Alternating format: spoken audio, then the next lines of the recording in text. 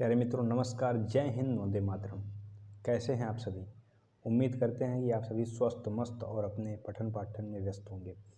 मित्रों, प्रश्न आपका जो होमवर्क का था, प्रश्नावली 9.1 का ये प्रश्न संख्या 4 था कि भूमि के एक बिंदु से जो मीनार के पाद बिंदु से 30 मीटर की दूरी पर है। भूमि का मीनार ये हो गई, मीनार से एक बिंदु लेना है सी, जिसको हम ले लिए हैं। इस मीनार से सी बिंदु तक की दूरी कितना है? 30 मीटर है। फिर मीनार के शिखर का उन्नयन कोण 30 डिग्री है और इसके उन्नयन कोण कितने डिग्री के बराबर है? 30 डिग्री के बराबर दिया हुआ है। मीनार की ऊंचाई ज्ञात कीजिए। तो मीनार की हमें ऊंचाई ज्ञात करनी है। माना मीनार की ऊंचाई हमने क्या मान लिया है? h मीटर है। तो अब हमको ये ध्यान देना है कि आधार पता है, ऊंचाई ज्ञात करना है। तो आधार और ऊंचाई हमारी लंब हो जाएगी और लंब आधार शामिल हो जाएगा tan थीटा में। तो सीधा से आप क्या लेंगे? tan 30 डिग्री का मान ले लेंगे। tan 30 डिग्री बराबर लंब बटे आधार होता है। लंब हमारा कितना है? AB है। तो AB, आधार कितना है? BC, तो BC लिख लेंगे। ठीक। अब उसके पश्चात tan 30 डिग्री का मान आपको पता है 1/3 तो इसको लिखेंगे 1/3 बराबर AB का वैल्यू h माने थे तो h रख देंगे हम h, और BC का वैल्यू कितना है? 30 मीटर है तो 30 रख देंगे। इस प्रकार से h में √3 का मल्टीप्लाई होगा और उसके पश्चात 30 में 1 का 31 या 30 हो जाएगा। अब h इक्वल टू कितना हो जाएगा हमारा? 30 और √3 इधर आएगा तो क्या हो जाएगा? डिवाइड हो जाएगा। उधर मल्टीप्लाई होता है, इधर डिवाइड हो जाएगा। अब इसका क्या करना है हमको? h इक्वल टू कितना हो जाएगा? आप इसको हल कर सकते हैं, इसका परिमेयीकरण कर सकते हैं। तो आप लिख लेंगे परिमेयीकरण, हर का परिमेयीकरण करने पर, हर का परिमेयीकरण करने पर, तो हर का परिमेयीकरण करने का मतलब क्या हुआ? √3 है। अगर हर में जो संख्या अगर अंश का करना है तो अंश का परिमेयीकरण, जो अंश में संख्या रहेगी दोनों में हर अंश में गुणा होगा, और अगर हर का करना है तो हर से अंश हर दोनों में गुणा होगा। तो √3 है तो दोनों में मल्टीप्लाई होगा √3 का, ऊपर नीचे, क्योंकि हर का कर रहे हैं। ठीक। अब h इक्वल टू कितना हो जाएगा हमारा? तो आप कहेंगे 30 में √3 का मल्टीप्लाई होगा 30 √3 हो जाएगा, और ये 3 3 जा 9, 9 का स्क्वायर रूट कितना हो जाएगा? 3। इस प्रकार से 3 10 जा 30 हो जाएगा। h इक्वल टू कितना हो जाएगा हमारा? 10^3 मीटर। ये निकल कर क्या आ जाएगा हमारा? भवन की ऊंचाई, यानी मीनार की ऊंचाई निकल कर हमें आ जाएगी कि मीनार हमारा कितना ऊंचा है? 30 डिग्री में 30√3 मीटर इसकी ऊंचाई है। मित्रों, ये आसान प्रश्न था, इसको आप आसानी से कर लिए होंगे। आसानी से इसको करना था, आपका आंसर हो जाएगा 10^3 मीटर मीनार की ऊंचाई आ जाएगी। और मित्रों, एक जरूरी सूचना आपको देना था, बताना था कि कल के प्रश्न में ये हर का प्रमेयीकरण न करके आपको यहाँ परिमेयीकरण करना होगा। परिमेयीकरण,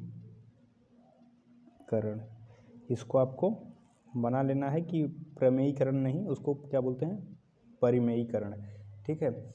और अभी हमने एक प्रश्न इसी आधार पे किया भी, तो इससे आप ध्यान से समझ सकते हैं। ये कल के प्रश्न का था कि यहाँ प्रमेयीकरण हम लिख दिए थे, तो यहाँ आप सुधार लेंगे, परिमेयीकरण करना है।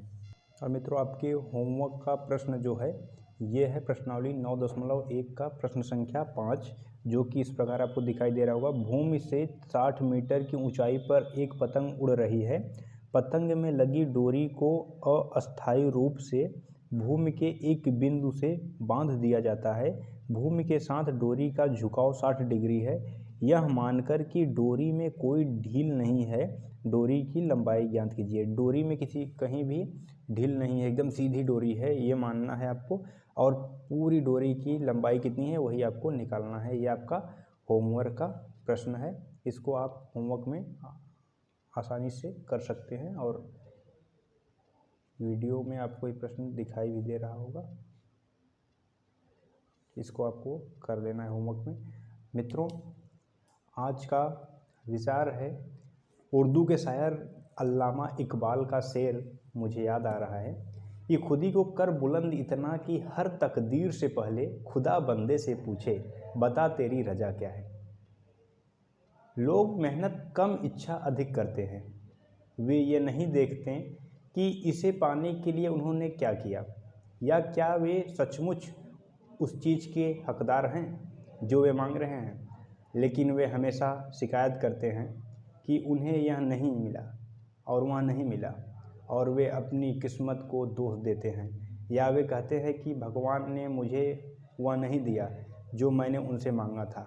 अब इकबाल उन लोगों से कहते हैं कि आप जो चाहते हैं उसे हासिल करने के लिए कड़ी मेहनत करें और अपना स्तर ऊंचा बनाएं और उसे पाने के लायक बने। भगवान उसी को पसंद करते हैं जो वास्तव में कड़ी मेहनत करते हैं और उस स्तर तक पहुंचते हैं। भगवान उस व्यक्ति से उतने प्रसन्न होते हैं कि भगवान उससे पूछते हैं कि तुम्हारी इच्छा क्या है, मैं तुम्हें देने के लिए यहाँ आया हूँ।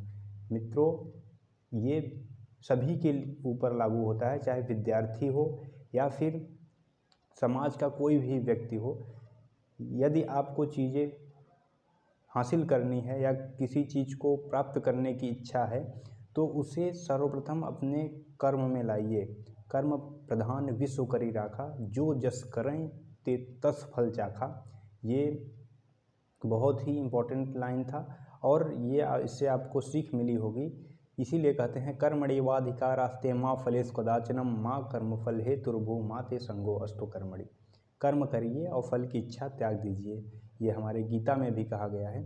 इसी शुभ विचार के साथ आपका दिन शुभ हो। जय हिंद, वंदे मातरम, भारत माता की जय।